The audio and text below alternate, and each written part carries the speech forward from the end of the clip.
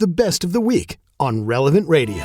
All right, here I am. Welcome to the show. But I must tell you I'm not alone today because it's Thursday, which means Monica's here. Hello. Licensed clinical professional counselor and all-around great daughter. Did you write that, all-around great daughter? I put that in there, didn't I? Yeah, I think I edited your notes. All right, this show we focus on parenting issues and or wounds from childhood that are affecting your adulthood. And so here today, so this will be kind of fun. It is summer, which is my favorite time of the year because you know why? Baseball. No school.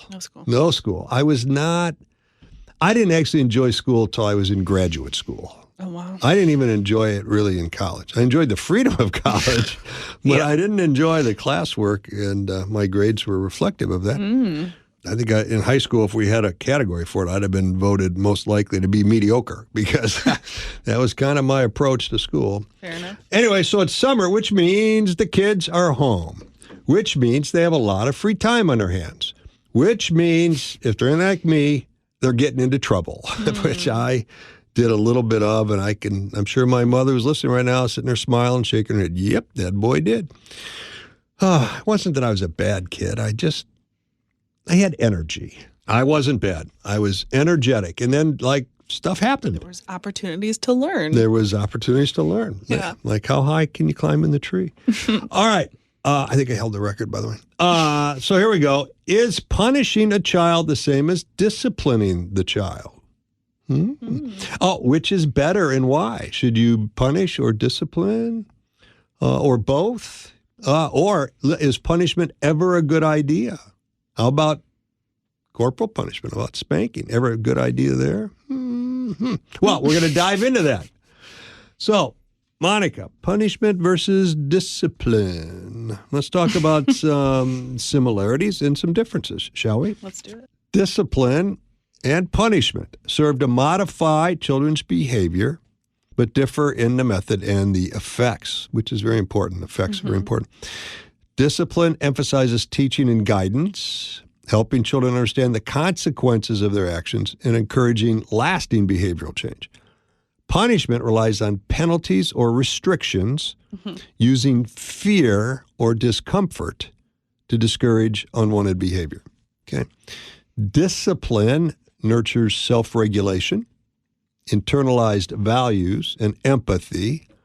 Punishment imposes accountability through external measures, often achieving fast but temporary compliance, while often resulting in resentment or relationship rupture or emotional harm that hinders, there's that word again, a child's development of self-control. Okay. Discipline tends to build resilience, empathy, and respect. I'm a big fan of respect for boundaries, especially from children. Punishment evokes fear that impacts the stress responses in the brain. Yeah. So I think to kind of elaborate that a little more would be, discipline is about shaping the brain. So we're kind of teaching cause and effect. We're helping them see the world and how they're kind of operating in it and stuff like that, right? So we're shaping their brain. Yeah. Whereas punishment, because there's a lot of fear associated with it, it's really just kind of the cause and effect. They're not really learning as much. Right? And they're not learning to be kind of a critical thinker. They're just kind of learning this equals bad and not necessarily why or how to think through it differently or how to find solution. The effect that discipline has on the brain versus punishment. And it's kind of interesting that there's actual changes in the brain with discipline versus punishment. So, and of course, discipline is a more positive brain development thing and punishment is not, right? So you get more stress hormones during punishment than you do during discipline. So punishment is more so about teaching a child to obey and comply.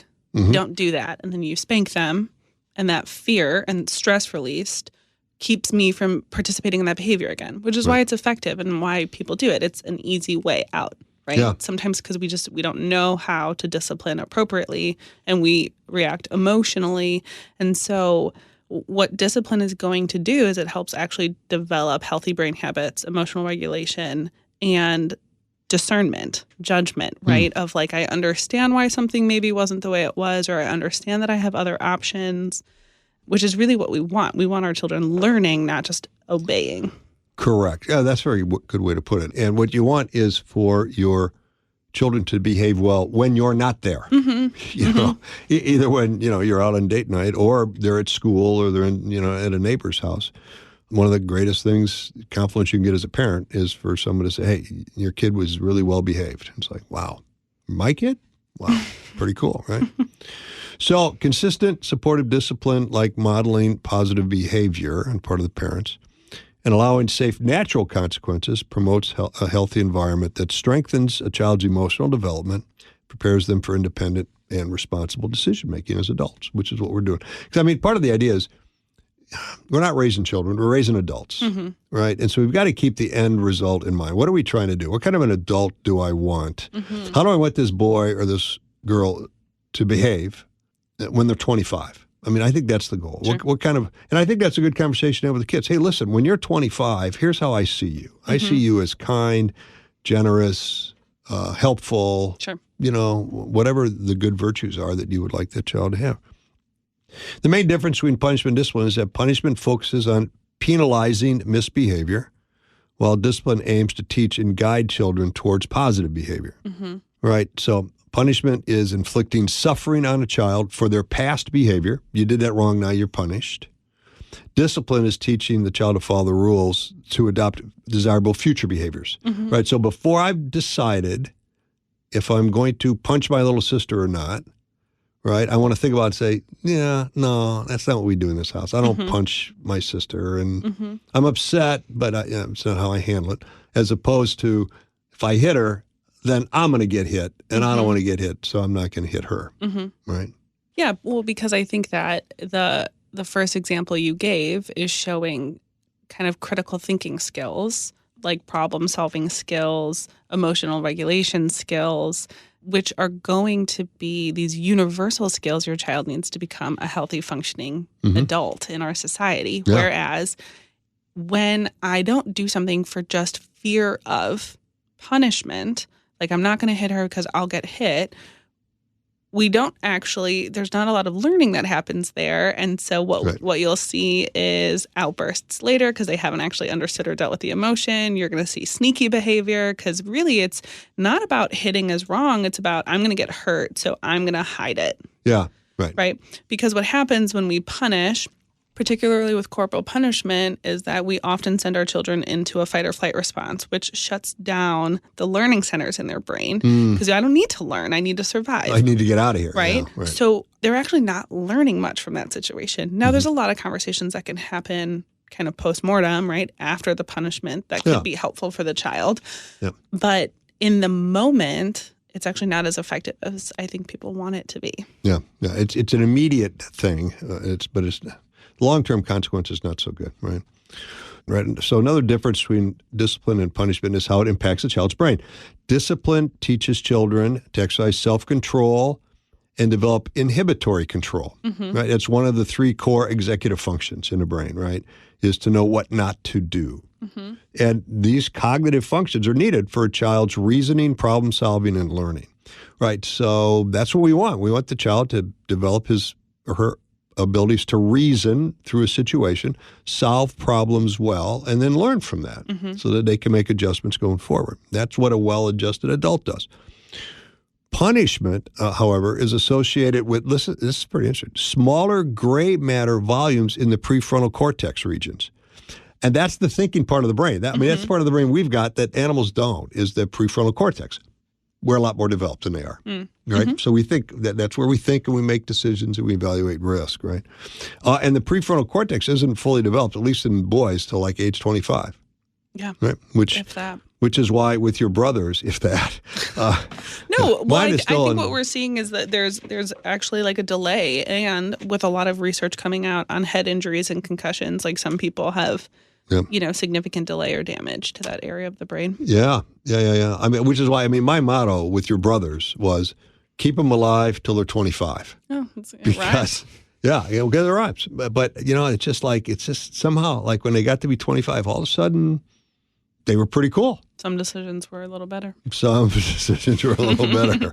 That's true. Won't get any detail here. No. They don't hang any family laundry out here. So discipline develops a child's reasoning and problem-solving abilities. Punishment, however, is associated with small gray matter in the prefrontal cortex and in the amygdala. So that's both the thinking brain and the emotional brain. Mm-hmm. So, and frequently punished children are at greater risk of developing anxiety because they're just going to worry a lot. Like, I'm just always worried that I'm going to get whacked. Well, because if you think about it, a lot of things that we punish our kids for, very rarely are they saying, you know what I'm going to do today? Ruin everybody's day. You know, it's typically an emotional reaction or a skill deficit or something, you know, and so in some sense, like punishing is teaching them that like their flaws and imperfections are something to kind of be scared of or worried about because you'll be punished for them, instead of helping them see like you lost control. Mm-hmm. So here's how we regain control and make better decisions. Yeah. And so discipline would do that. Now, punishment has a place, to be sure, but it's not the first place. And we don't want to be in a position where we're constantly punishing bad behavior. We want to try to get the child to the place where they don't do the bad behavior that requires a punishment or a sanction. This entire episode of Marriage Unhindered is on the updated Relevant Radio app. The Relevant Radio app is completely free and updated daily with fresh articles, podcasts, and prayers.